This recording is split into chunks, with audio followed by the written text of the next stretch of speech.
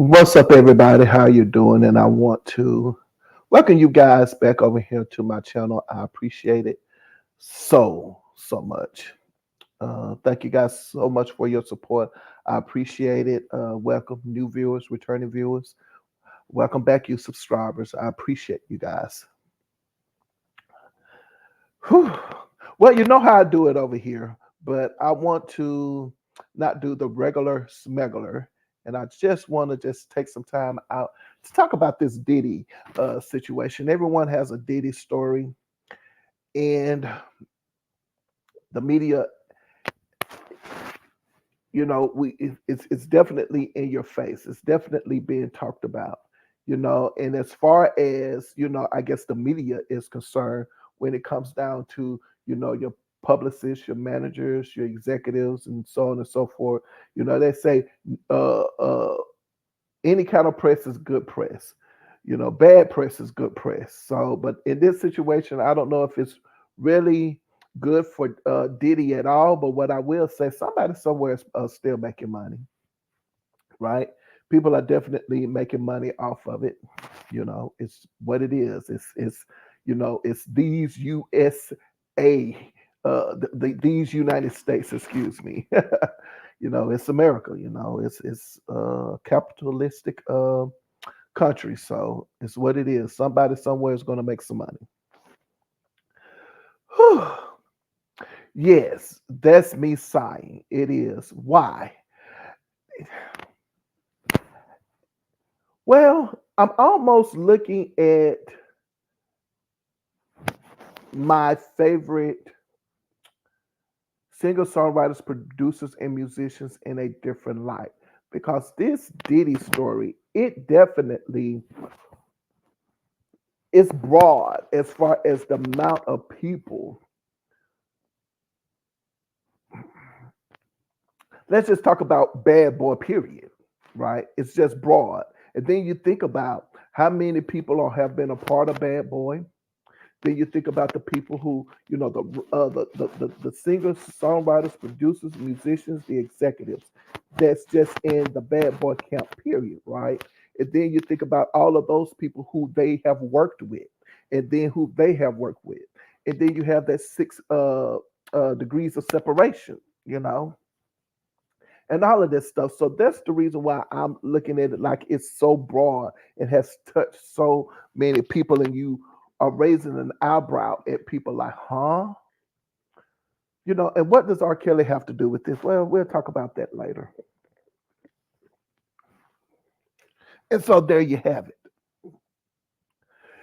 And so I'm looking at things differently. And so over here, every now and then, as I told you guys before, I will dish out the dirt on who dropped, kicked who in these entertainment streets.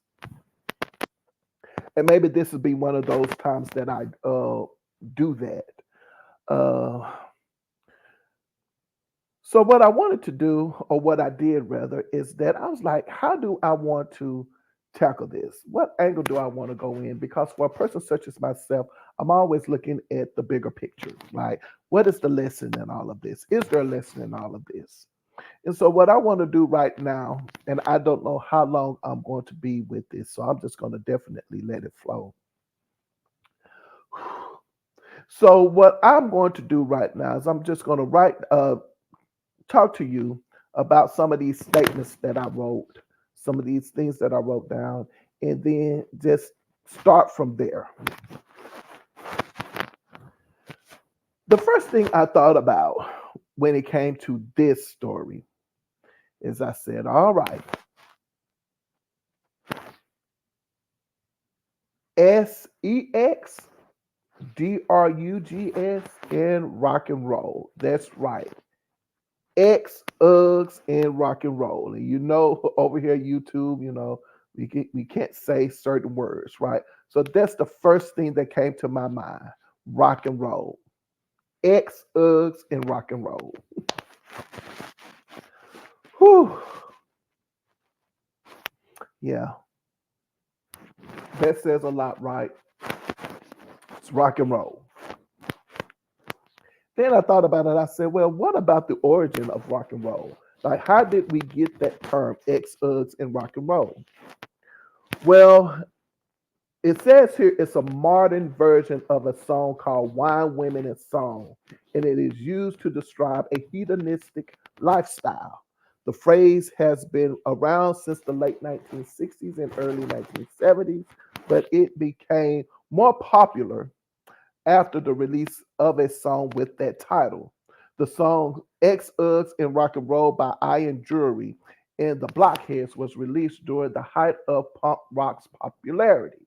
The song was often misinterpreted as being about excess, but Drury said it was trying to suggest that there was more to life than a 9 to 5 existence. The song's title has been used in the lyrics of many other songs. The phrase rock and roll can also be used to describe someone or something that is daring and exciting. For example, you might say, he was wide awake and ready to rock and roll at 5 a.m. So that's the first thing I thought about X, Uggs, and rock and roll. Then I said, all right, how did we get here? Or here we go again. Well, how did we get here? Or here we go again. Then I thought about it. I said, well, it's talent, dreams, and inspirations. Inspired. You want to be a star. Bright lights in big city. You know, that's how we get here. Bright lights in big city, right? You know, I think about the 80s, and if you guys are not familiar with the 80s, then what you don't know about the 80s, and there are movies that I like about the 80s.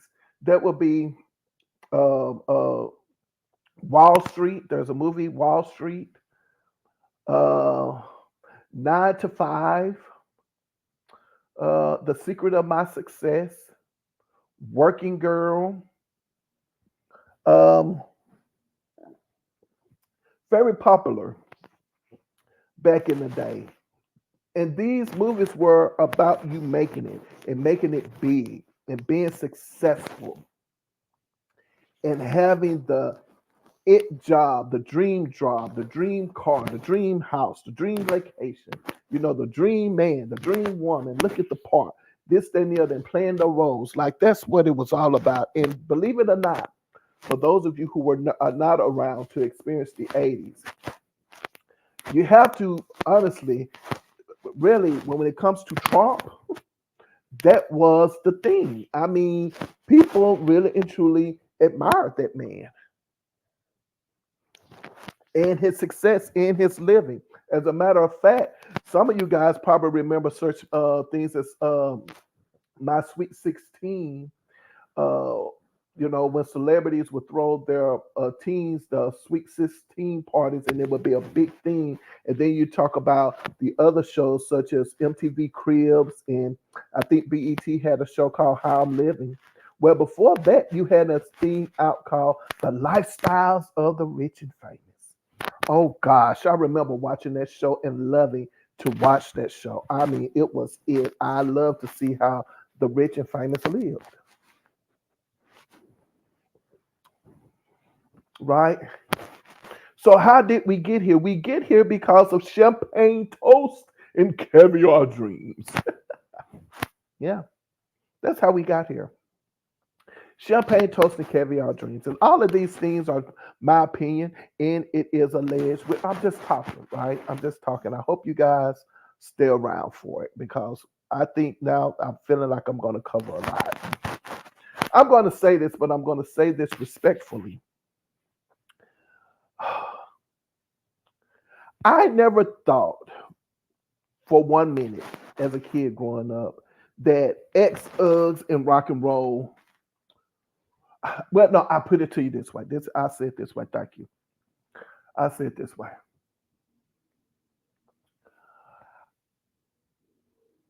When I thought about when in my mind X Uggs and rock and roll, that was probably before the show and after the show. every now and then you would come across some celebrities, and I'm say singers and songwriters, and maybe some actors and actresses, but for the most part, for me, uh, singers who they would definitely be, intoxicated on the stage. uh, you have like, say for instance, Shaka Khan. She talked about it all the time. you know, how she was intoxicated or she was, under the influence. How about that? Of some things. Pardon. She talked about that. Um, I knew for a fact, for the most part, because I also watched MTV, and so when I saw those rock bands, so on and so forth, I kind of just obviously knew that rock bands were definitely ex-Uggs in rock and roll. Because think about it, the term rock and roll, and that's where I figured it came from, right?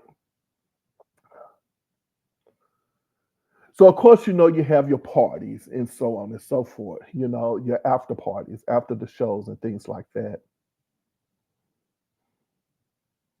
And then you hear things like, say, for instance, like a favorite artist of mine, Natalie Cole, who will come out and she'll talk about, hey, I had an issue with substance abuse. I overcame that. You talk about artists such as an Alexander O'Neill and how he overcame that. You talk about you hear about all of these things, right? And people talking about how they, and that's pretty much what it was, right? Back in our day, you hear about it. You see kind of like the fall from grace. People will talk about that, and then you see how they cleaned up, and then they're back on top again. People back in the day would definitely say people love a comeback story. Love a comeback story. We love it.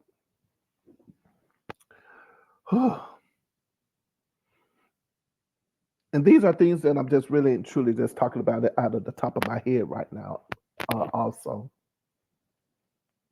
but that's how we got here. We got here because of people and their talent. Yeah. We got here because you know what? Princess, baby, I want to be a star. Or baby, I'm a star. Right?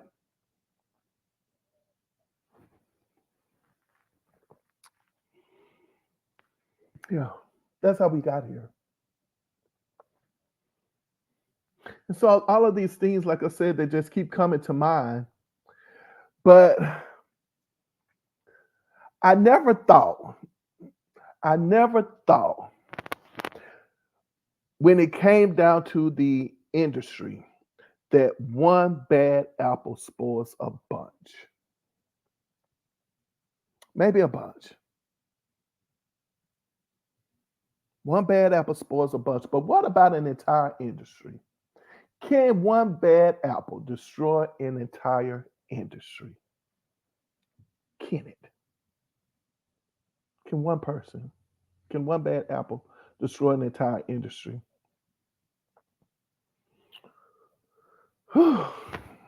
Think about that for a second. Yeah, I know that's kind of deep though when you think about it. I don't know. I don't know, but it looks like the list is long.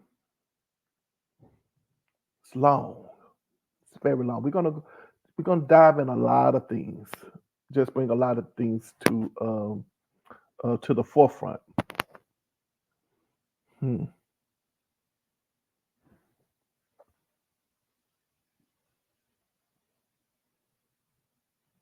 And as I said, we hear the stories, but I think people,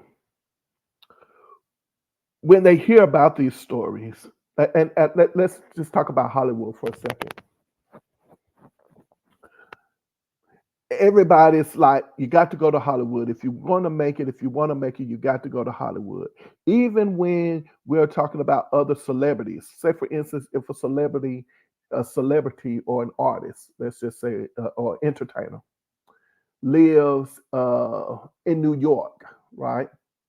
There's like, I understand you're in New York, but you if you really want to make it, you got to go over there to the West Coast. You got to get over there to California if you really want to make it, or if you want to, really expand your career, you have to be over there.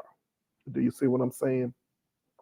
You got to be in LA, because being there, being around that area, so on and so forth, is just what it is. If I'm not mistaken, I could be wrong about it. But I like to think about, is it Steve Harvey? I think Steve Harvey's show at one point in time was in New York, and that's the reason why he moved to LA. Some people were saying he moved to LA. I mean, yeah, he moved over to California because he wanted to get more artists, more people on his show.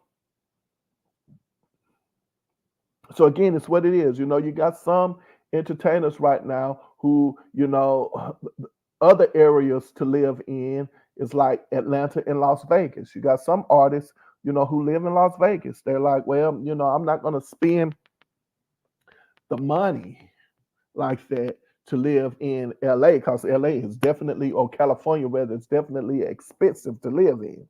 But you can get a lot of your money can go a long way living where in Atlanta and Las Vegas. And of course, you can travel back and forth, and now with Las Vegas and Atlanta being uh, the cities that they have become as far as entertainment is concerned, you can pretty much still be in the know in in Las Vegas and Atlanta. But everybody is pretty much trying to get where? To California. Yeah. And so people, I think when they hear about the Hollywood, and some people making it, some people not making it, and they hear about the stories of Hollywood, I think everybody goes into it still blindly. Blindly, as in this case, the blind leading the blind, right? And I think people go into it with the mind frame of, well, it's not it's not happening to me, or it's not going to happen to me. That happened to them. Oh, you got to be a little bit more careful until maybe when you finally get there, you realize, whoa, okay, now I see what they were talking about. All right, I got to move a tad bit different than what I'm doing. I got to be, wiser, so on and so forth. But then you got some of those people out there, for whatever reason, and these things do happen to them. And what do? They shake it off. They learn how to, roll with the punches, take a licking and keep on ticking. They learn how to suppress it or put it behind them. It's like, oh, okay, well, I'm not going to deal with that person any longer. They take the bumps and the bruises. Then you have the other people who they it, they don't take it well, right? It ends up hindering them. They fall by the wayside, and he was like, "Oh man, that messed you up bad. You know, you fell off real bad." And not thinking what was going on with that person and what that person went through.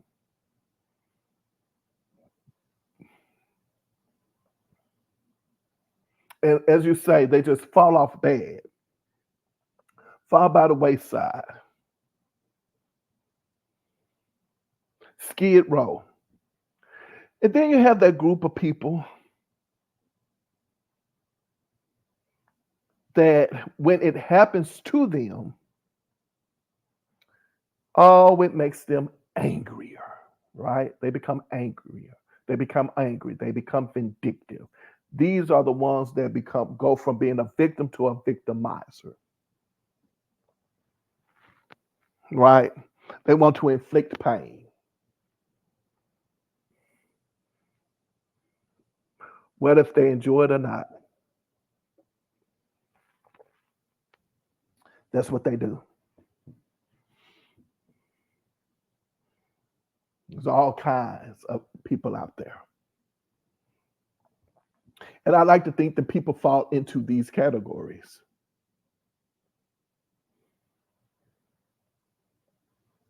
Because we all know the stories, right? Everybody has this story. I don't think no one has this story.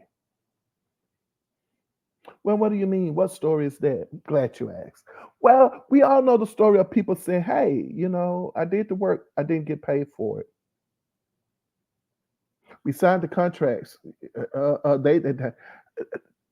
They reneged on the contract. Like I have a contract. There's a contract in place, and the contract says if I do this amount of work, so on and so forth, this is how much I'm going to get paid, and I don't even get that. I mean, this story is not a story that has been going on since the day of Diddy. Since Diddy started what in 1990, I don't know one.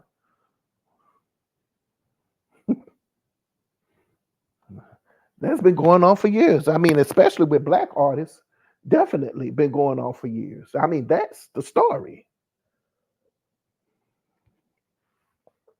That's the story.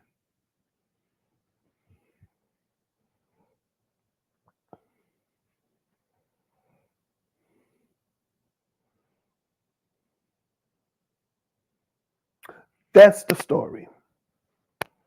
So again, sometimes I like to think that people have good intentions. Well, let's just say, okay, you signed the contract, and I'm just for the ease of math. Let's just say you signed the contract, and let's say it's $1 million deal.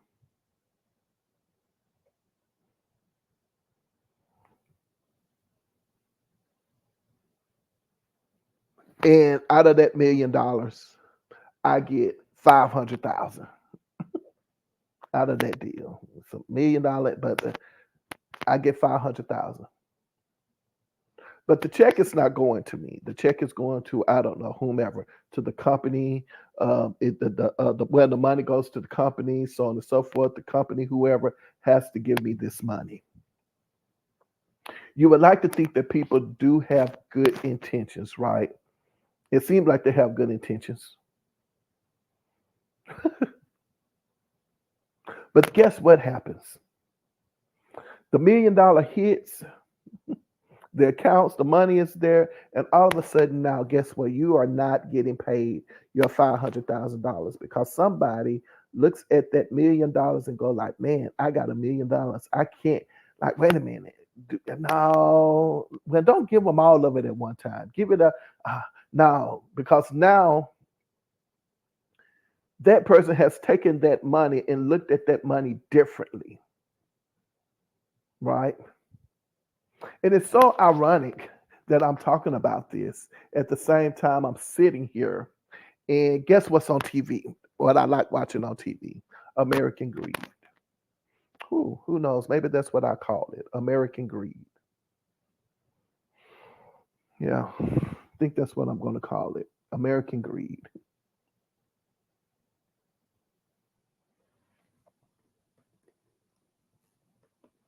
Yeah, let me put that in here real quick so I know that I'm talking about.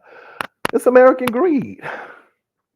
I'm looking at this American Greed show right now, and I don't even need to know what it's about because the volume obviously is down on it. But I'm watching American Greed, and we're looking at all these people who build these companies and these, all kinds of things. And guess what? With the intentions of doing you wrong.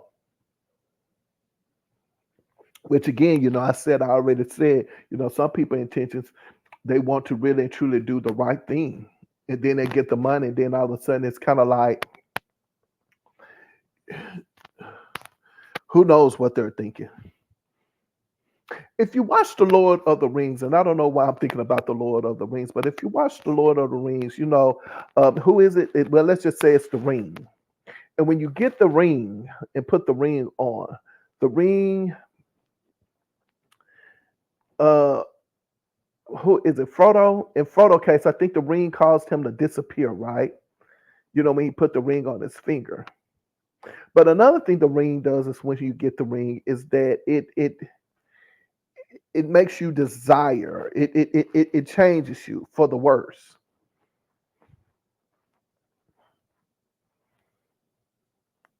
And the thing about it is that you start to worship the ring. I'm not going into details with that, but it's the same thing with X, Uggs, and rock and roll, or with American greed. You just can't get enough. Oh wow, I didn't think I was going this way. It's kind of like the land of milk and honey, right? You have this American dream. It's a land of milk and honey. Even people talk about America really bad. Like, I've never been out of the country, but at the same time, people in other countries or whatever, everybody's talking about how bad America is. Think about it. People in these other countries talks about how bad America is, but people are trying to get here. And then with people who are American who've never traveled outside the country, travel outside the country, they start to appreciate America more. Or just life in general, like, woo, all righty. Some people for the better, some people for the worse. American greed.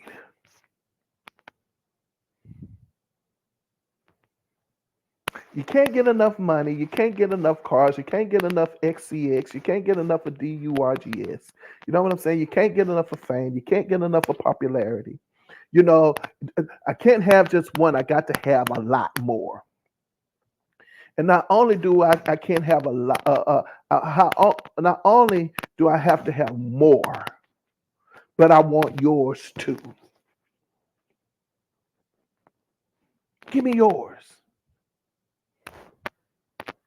I want yours. And then it becomes for some people,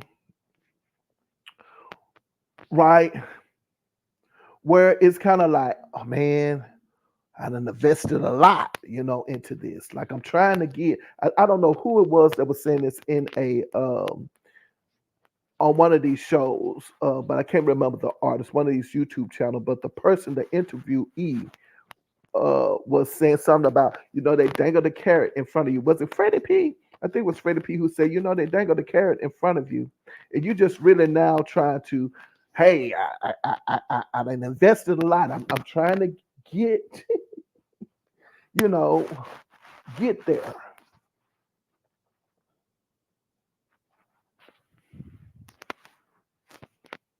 Trying to get there.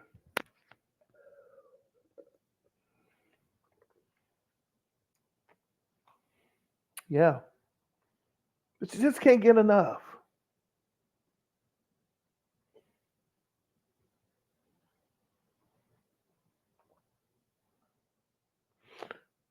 And that's why now in my dealings with people, my interactions with people, I used to be a person who took a person at his word. I would.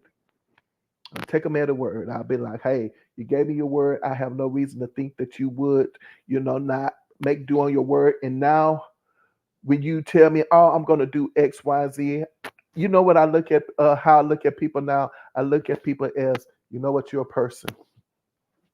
You're human. You tell me you do give me your word, but you know what? We shall see. We shall see. We shall see. Because I understand that man, I have learned the hard way, man can change his mind in a twinkling of an eye. Sorry to offend you religious people out there and be like, oh, really? You're going to use that kind of term? But yeah, man, because it's free will. So now you get to decide. Now I'm cool. Something about this just not right. I don't know. Just some I don't know.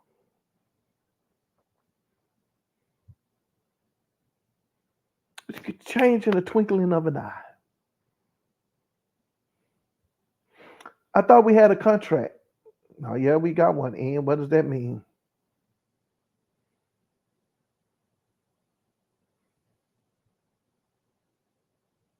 So you mean to tell me we entered into a contract together and you're not gonna honor it? No, I changed my mind. I mean, man, well, you know what? Hey, sue me. with the understanding at this moment in time, you're going to get mad at this person because this person wants to sue you or is suing you to get something that you all have a contract for. To now you get your attorneys, right? You pay off attorneys and judges and all of that, so on and so forth. I'm just talking about American greed. Because when I watch the show American Greed, sometimes I'm dumbfounded at the number of people who they were able to get over on that look like some very savvy people themselves, but somebody was still able to get over on them. Or somebody somewhere had to have the inside track. Or somebody on the inside had to be helping and supporting them. Yeah. Interesting.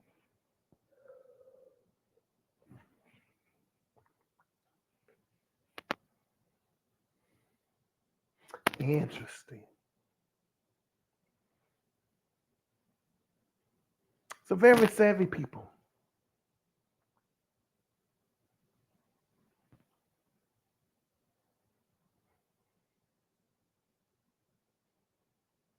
And since you come in already broke, right? You don't have much money. And you come in already broke. The money that you was hoping to get, the money that you have to now find yourself suing for, you got to hire people in order to sue that person to get your money that you're owed. And in most cases, some people can't sue because they can't afford the legal stuff.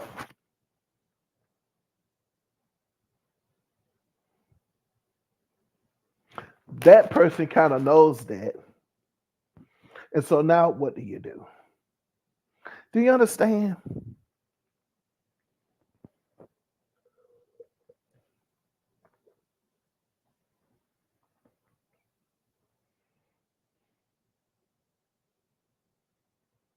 And then,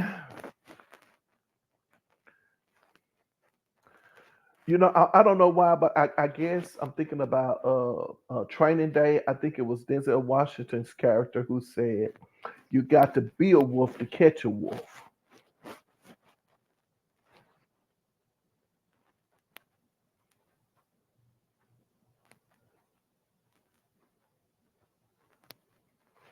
And then to think, in some situations, it's kind of like, I know I'm doing you wrong. I know I owe you money, or I need to make good on this with you. We have contracts and everything is supposed to be on the up and up. But what you do is you renege on the contract, tell me to sue you. I sue you. Now everything's out in the open. And then what you do in return is you go to your people and then you get upset at your people because you're saying, wait a minute, now I'm going to spill the beans, so on and so forth. Or how can you guys do this to me? X, Y, and Z, so on and so forth. Do you see where I'm going? And it's kind of like, uh, yeah, do you see? I don't know if I kind of made that clear, but hopefully you understood where I was going with that.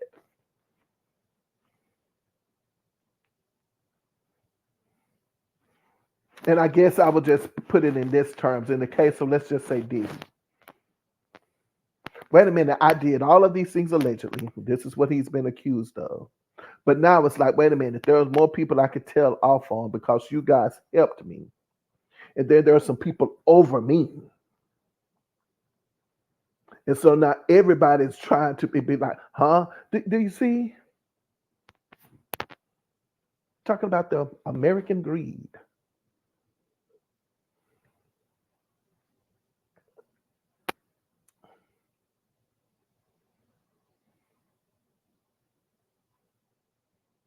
But you know what I also do? What I also think about, I think about just we as people. You know, it's a think tank. It's it, I'll give you a prime example. It's more like, okay, how about we just put it this way? We have two superstar producers here, right? R. Kelly and uh, let's say P. Diddy. And you are an artist, and you know you're doing okay for yourself. You know, people see you on the rise, so on and so forth. You know, you're making a little dent, not anything major. You know what I'm saying? Nothing. But let's just say a P. Diddy or an R. Kelly, you know, kind of sees your talent. You're not, like I said, you're doing a little bit, but not a lot. And then all of a sudden, hey, you know, man, this person is interesting. You know, I kind of like this, that, and the other. You know what this person is doing, and then all of a sudden you put that person on, as they say, you put that person on, and that person, you know, put them on, and now everybody is liking that person, that artist, that producer, that actor, actress, whatever it is. You know what I'm saying? Especially if you are seen with that person. Let's just say, you know, in the case of, you know, P. Diddy or R. Kelly, you know, all it takes is for them to have you in their presence. Oh yeah, you know what? Just come on come out here to the club. I mean, if people see you at the club with me, you know, it's gonna be like everybody's gonna be like, hey, they're gonna be talking about you because they're gonna want to know, you know, who's that guy, who's that girl, you know, around P Diddy, this, that, and the other. And then all of a sudden, people are gonna be on your page. They're gonna be liking your page. They're gonna be trying to figure out who you are, so on and so forth, blah blah blah, all of that stuff, right?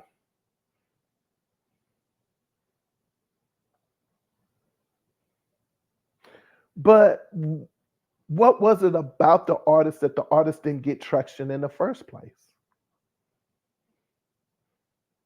See, I'm not going exactly where you think I'm going. I'm going to the fact of how just in society, people people just do not use their common sense. Like people are waiting on someone to tell them what to like, what to wear, what not to wear, what to listen to, what not to listen to. That people are not making up their minds at all. It's kind of like even a trend. You ask yourself like, or ask a person, now, why are you doing that? Oh, it's just a cool thing to do. Everybody is doing it. It's just cool. It's just the end thing. It's the end. It's the fashion of right now. Oh, really? Says who? Well, it says this magazine. Says this artist.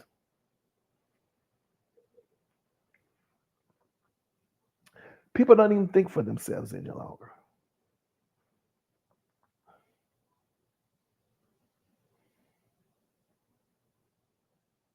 They don't do that.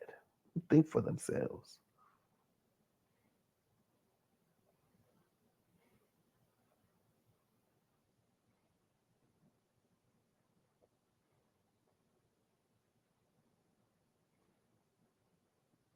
And then to think that if you really and truly think about it, if you think about it, in the case of P. Diddy and let's just say R. Kelly here, and to think they have their own bosses or they have their bosses and their bosses have bosses, right?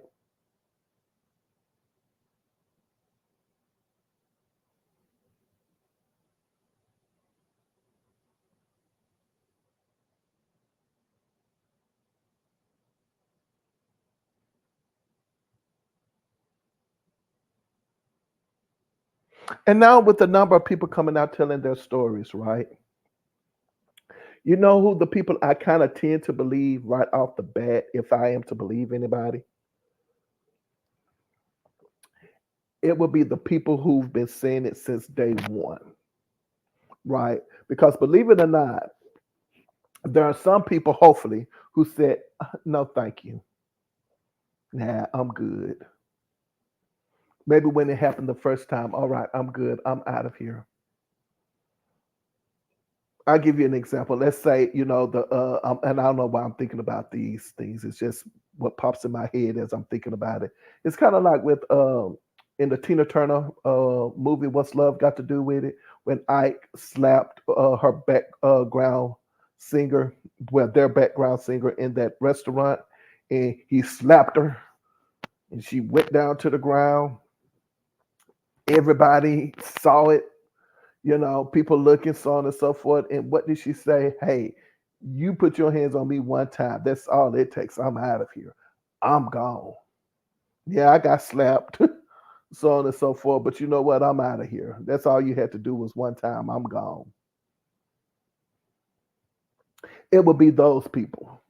You did it, or I saw it, and I'm out of there. Those for me tend to be the people who you believe. Now, the ones who stayed, they stay for whatever reason. But I'm saying, like, and do they probably definitely have the stories of things on and on and on and on?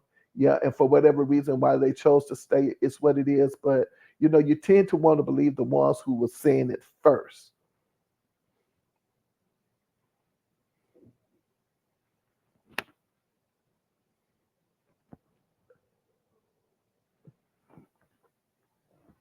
Yeah, tend to want to believe them.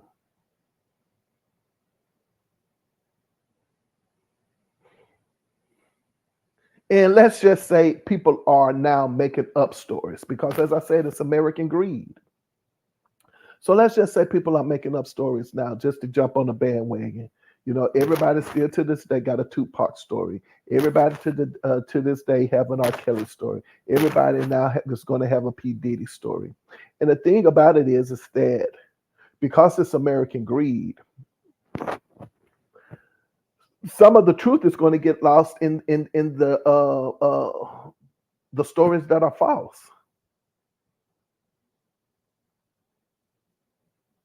the made up stories, if they are made up. I'm just saying.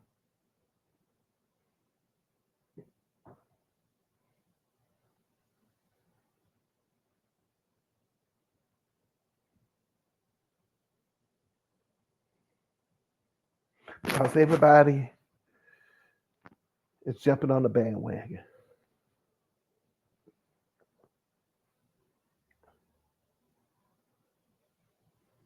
Yeah.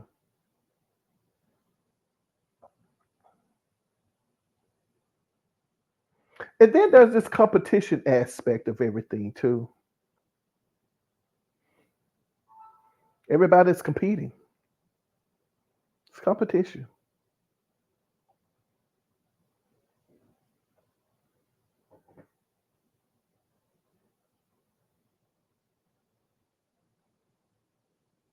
for whatever place that they're trying to compete in, whatever spot they're, a person's spot they're trying to take. People are competing.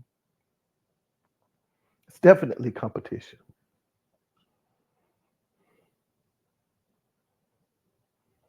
And not only that, it's also to dominate, right? Oh well, you can't do what well, I really don't want to do that.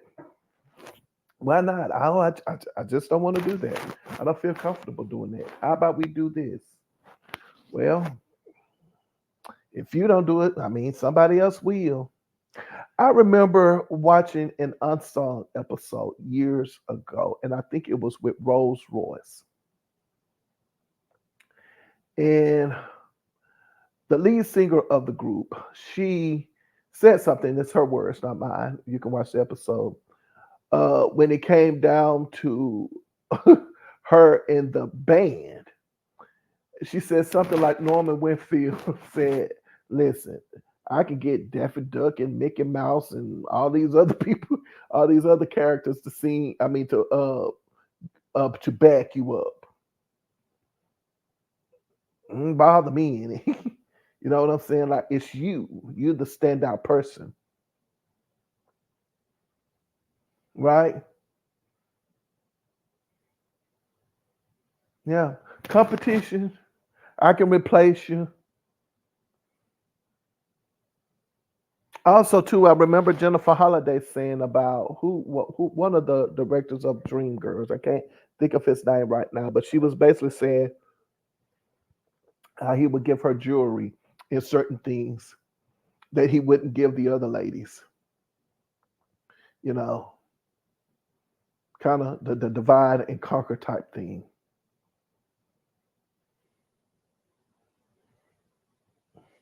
And Shirley Ralph, has gone public, pretty much saying, you know what, well, Jennifer, she was not that easy to get along with. Like she was very difficult to get along with. And Jennifer Holliday has, said it as well, back in the day. So it's that competition aspect of things, dominating.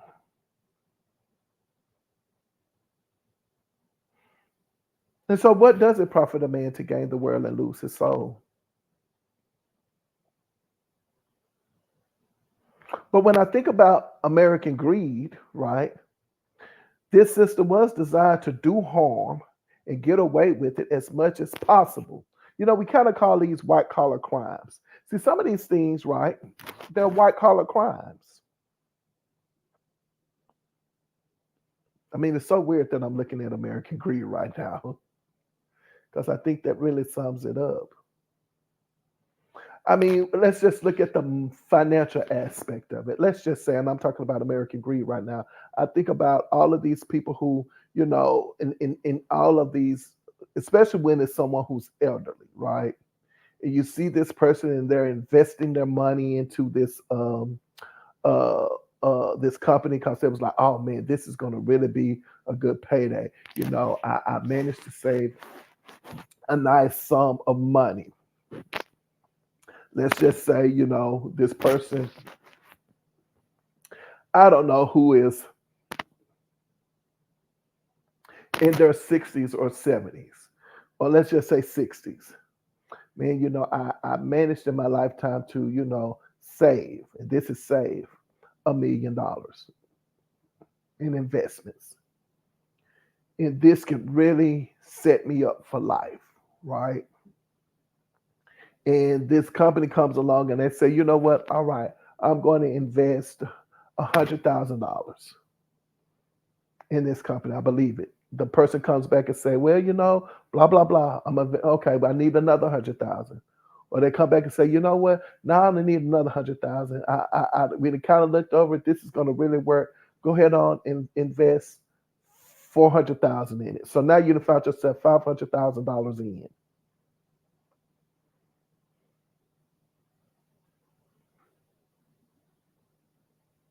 And then you've gotten your friends to come along. And your friends that came along, and you know what? All they have, like, man, this I only got 50,000. Like saved up. This is gonna do good. No, go ahead on and put your 50,000 in. I done put 500,000 in. Just put your $50,000 in it, and I promise you, this deal is gonna be good. It's gonna work out. Like this person got the money, the cars, the all this stuff. Like this is legit. Didn't research the person at all, the company at all. When everything looked legit. I mean, he dressed the part. He talked the part. He had the cars. Every time I called, he was somewhere in another country. He took pictures. He has pictures with celebrities, and he's shaking hands with politicians. And come to find out, you've been bamboozled. Your $500,000 gone. This person, your friends' retirement savings are gone, and now here you are in your 60s, getting ready to retire, but you can't retire because all of your money is just out the window. Where am I going with this? It's the same thing. It's the same thing. Come on, I'm going to put you on. I'm going to put you on. I'm going to, this is going to change your life. This is going to set you up.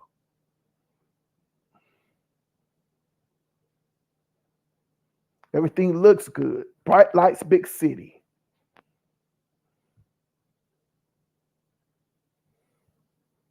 And when you think about it, on the average person, when you think about it, honestly, the average person, when you think about it, the average person, I'm going to say it one more time. When you think about it, the average person loves a good time. Well, what do you mean? Well, people like to have a good time. They like to party, right? They like to have a good time. They like to party.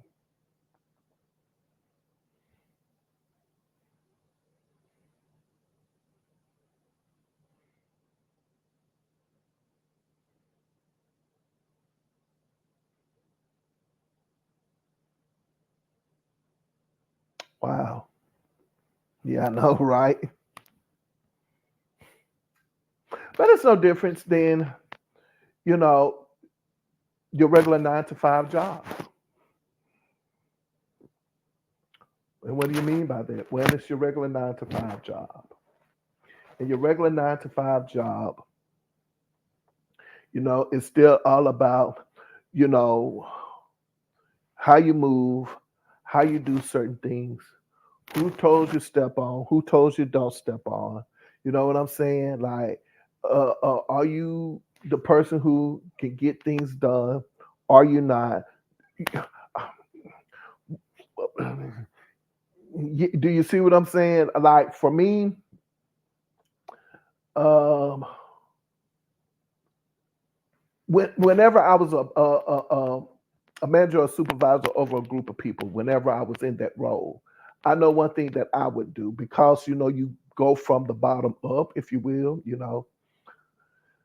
I would always say I never asked anybody to do something that I felt uncomfortable doing in the as an as just a regular staff.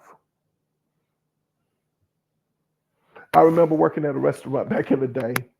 And one thing I hated about working at the restaurant is that I dislike cleaning the bathrooms. Oh my gosh, I just disliked cleaning the bathrooms.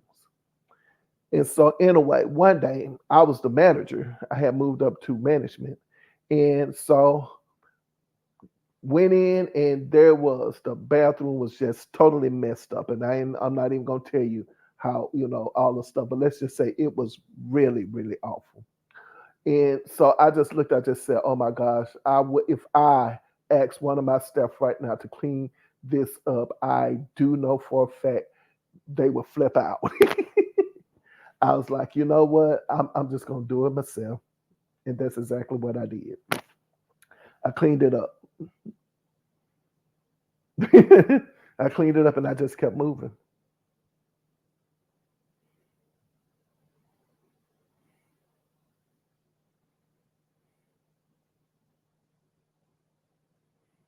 Yeah,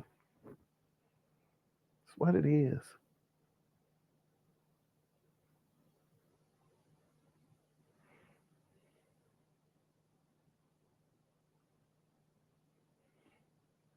But yeah, but what does it profit a man to gain the world and lose his soul? And as I said, this system was designed to do harm and get away with it as much as possible. As I said, white collar crimes.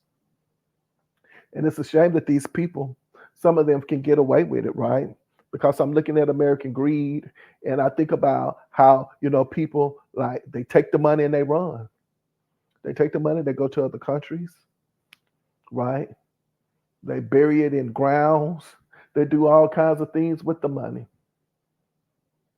I think the worst thing about some of these crimes, when I think about the American greed,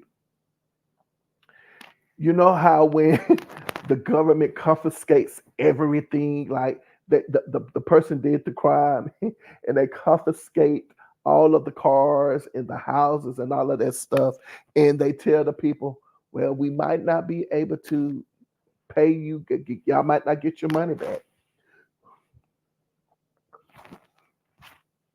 because it goes through a court system, so on and so forth. And you're looking at the way it's set up, and you're like, what? You mean to tell me y'all cannot auction that stuff off for the value that it is, and y'all still give me pennies on a dollar?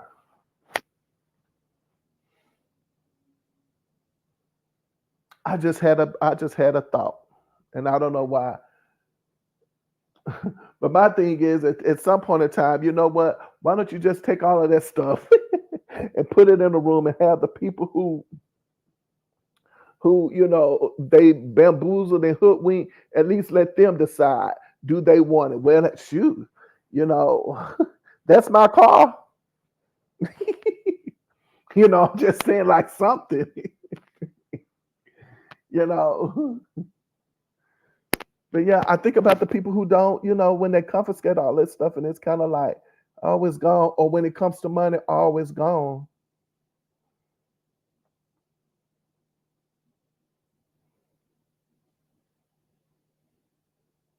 I mean, I hate to look at it this way or bring this up, but I have to. And what is that?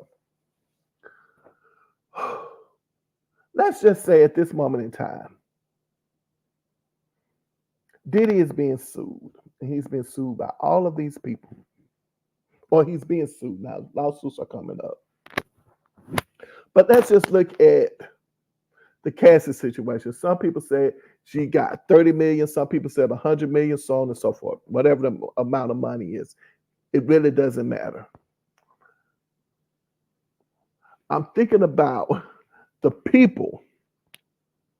Like she has their money. She sued, got her money. But then I'm thinking about all of the people who didn't get paid, who actually did the work. Like, huh? And I know some of you guys say, well, he gave away their publishing. Yeah. Really? And not only that, but I heard that one artist say, or several other artists say, that they got paid, or their publishing, the money from their publishing started with the new company, the company that actually bought the publishing, and not from Diddy's company. So if the amount is, I'm just going to say $10,000, that's how much it was worth at the time the new company stepped in. I'm just gonna, for the sake of going back and forth. Like, all right, well, right now it looks like it's $10,000. It's like, huh?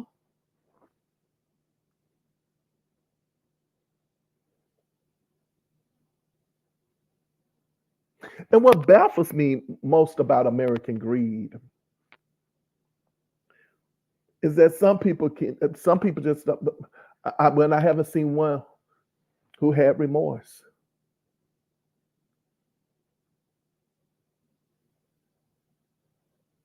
not one. I have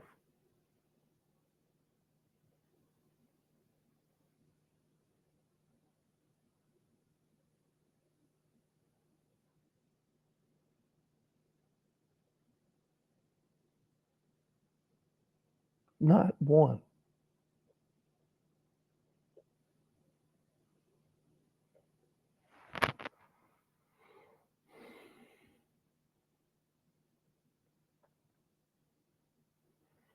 And I started out talking about idolizing. I think I talked about idolizing. I know when I was growing up, I was looking at these artists back in the day, and I have to say I did idolize them as a child.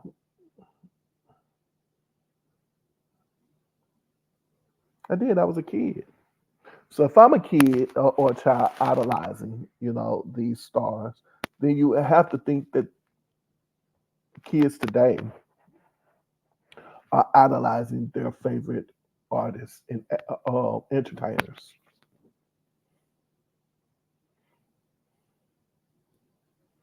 And I'm kind of lost in my tracks. Well, I'm not gonna say lost in my tracks. I'm kind of stuck. I've kind of, paused because I love music and I love any kind of music. When I think about the Right On, Word Up, and Fresh magazines, You used to get back in the day the Jet and the Ebony and the Essence magazines. Back in the day, seeing them on the cover of those magazines, seeing the pictures of them and putting them on your walls.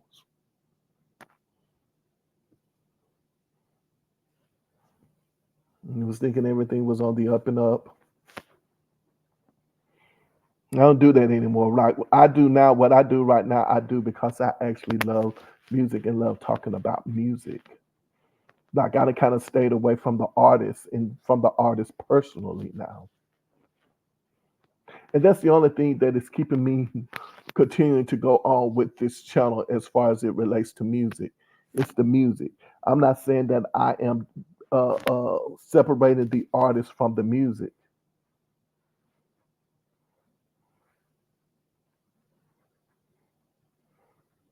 And everyone said, "Oh wow, these people have, you know, been trendsetters. They made a significant impact in American society, like in the culture, in industry, in the music industry, in the fashion industry, in all of these industries." But again, what does it profit a man to gain the world and lose his soul? Now, I don't know about you guys, and I guess this might be a good place to stop. But is it our responsibility? Is it our responsibility to uphold someone's legacy like that?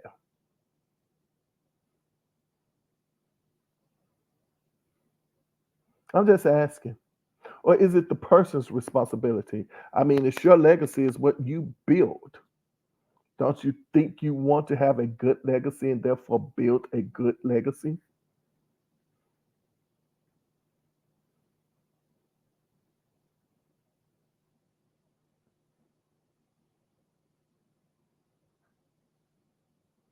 I don't know. Hmm. Interesting. Interesting. But I think I am disappointed in one in another thing, and then I'll probably wrap up here. That would be media. Be media. It would be the media. Well, because I'm thinking about the stories that people have talked about for quite some time now. And there was one publication, and I don't necessarily need to name names. I can name them, but it's just really not necessary. It's not that I'm trying to not name any names, but I'm talking about a major publication. And I was watching this video, and this major one of the person from this major publication was speaking, and they introduced this person, and it was like, well, this publication had been following this story for, let's just say, for 9 months. You've been following that story for 9 months and not published anything, but you've been following the story for 9 months. But there are some YouTubers out here who have definitely been dedicated to telling these stories. And so now when I see the media, like mainstream media, start to discuss it and start to talk about it, it kind of makes you go, hmm,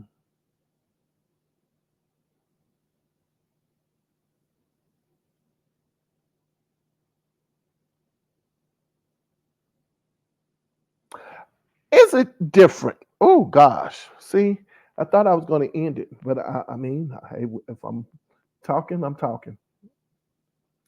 Is this any different, like I said, than the beginning of it's the music industry? Because if we talk about Bad Boy, then we have to talk about Motown.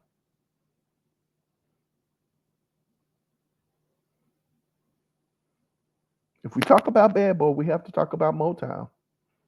Motown artist was very the artists on that label definitely talked about how they did not get treated properly when it came to things like this. Talk about Motown. As I said, this American greed. I don't know. I'm at the hour mark, and like I said, it's just giving you something to talk about.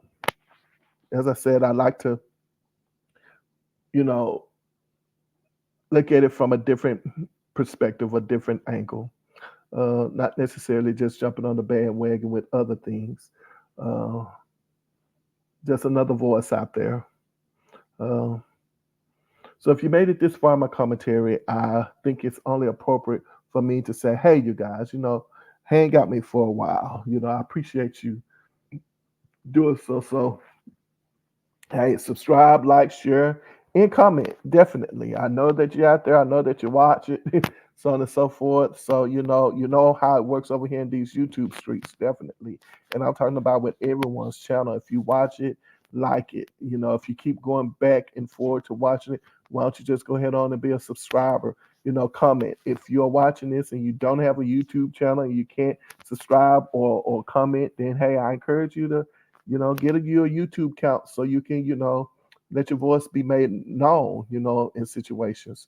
It's no different than having an email and all of that other stuff. So hey, get your YouTube account. So I have definitely dished out the dirt on who drop kicked who in these entertainment streets, literally and figuratively speaking, in my own little way.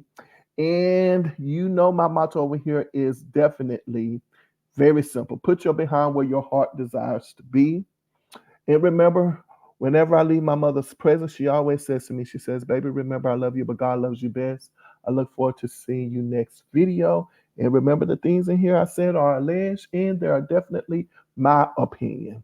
All right. I look forward to seeing you guys next video. And until then, you know what to do.